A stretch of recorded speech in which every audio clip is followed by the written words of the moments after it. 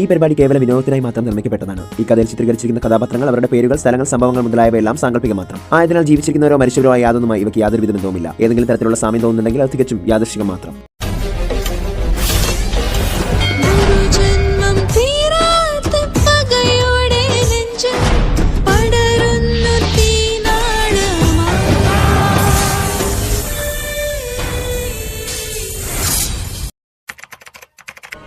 മഹാദേവ, ജീവനച്ഛൻ്റെ 5 WhatsApp miss call.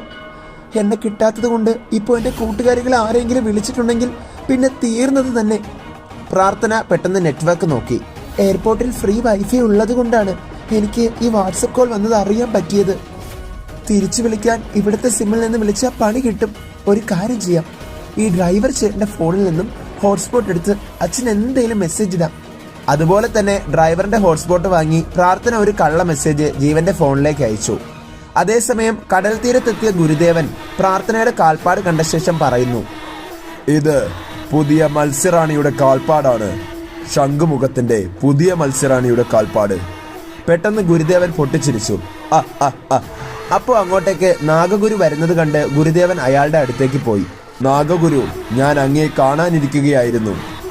ഞാൻ എൻ്റെ ദൃഷ്ടിയിൽ കണ്ട ഇരട്ട നക്ഷത്രത്തിന്റെ കാര്യം പറയാനാണ്. അന്നേരം നാഗഗുരുവും ഗുരുദേവനോട് പറഞ്ഞു, ഞാനും അത് പറയാൻ തന്നെയാണ് കാത്തിരുന്നത് ഗുരുവേ. പ്രപഞ്ചത്തിൽ പുതിയ മാറ്റം വരാൻ പോകുന്നു. ശത്രുക്കളായിരുന്ന 2 വംശങ്ങളുടെയും അവകാശിയായി ഒരാൾ വരാൻ പോകുന്നു. പക്ഷേ അതെങ്ങനെ സാധ്യമാകും? ഇന്നുവരെ ഈ ലോകത്തിൽ നടക്കാത്ത ഒരു സംഭവം നടക്കാൻ പോകുന്നു. അന്നേരം മത്സ്യവംശത്തിലെ ഗുരുദേവൻ പറഞ്ഞു, അതെ, മത്സ്യവംശത്തിനും നാഗവംശത്തിനും കൂടി ഒരേ ഒരു ഉത്തരാധികാരിയായാൽ 2 വംശങ്ങളുടെയും അവസ്ഥ എന്താകും? അല്ലെങ്കിൽ തന്നെ അതെങ്ങനെയാണ് സംഭവിക്കുക? ഒരു നാഗത്തിന്റെയും മത്സ്യത്തിന്റെയും ചോരയായിരിക്കുമോ അവൾ? അതോ ഇനി മറ്റെന്തെങ്കിലും ആയിരിക്കുമോ? ഒന്നും അറിയില്ല. പുരാതനമായ മത്സ്യലോകത്തിന്റെ പുസ്തകത്തിൽ മത്സ്യലോകമുണ്ടായി 130 വർഷം കഴിയുമ്പോൾ ഒരു പുതിയ കഥ നടക്കുമെന്ന് എഴുതിയിട്ടുമുണ്ട്. മത്സ്യഗുരുദേവൻ ഇത്രയും പറഞ്ഞപ്പോൾ നാഗഗുരു തുടർന്നു, അതുപോലെ തന്നെയാണ് നാഗലോകത്തിലെ പുസ്തകത്തിലും പറഞ്ഞിരിക്കുന്നത്.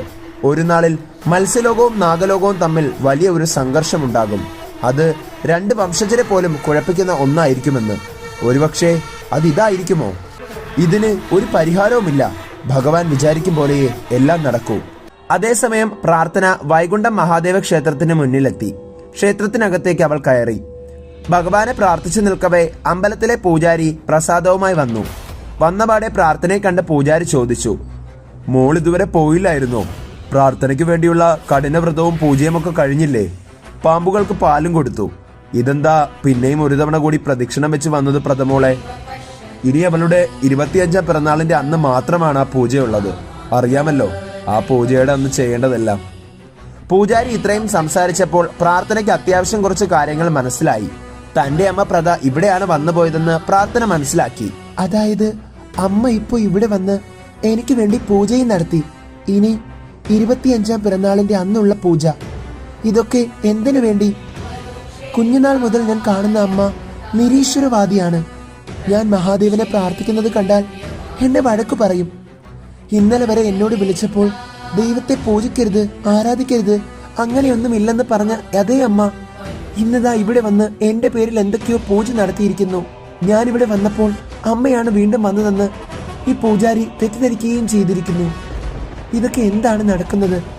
പെട്ടെന്ന് പൂജാരി ചോദിച്ചു. എന്താ പ്രഥമോളെ, ഒന്നും പറഞ്ഞില്ലല്ലോ? പ്രാർത്ഥന പൂജാരിയുടെ ചോദ്യത്തിന് മുന്നിൽ നടുങ്ങിപ്പോയി.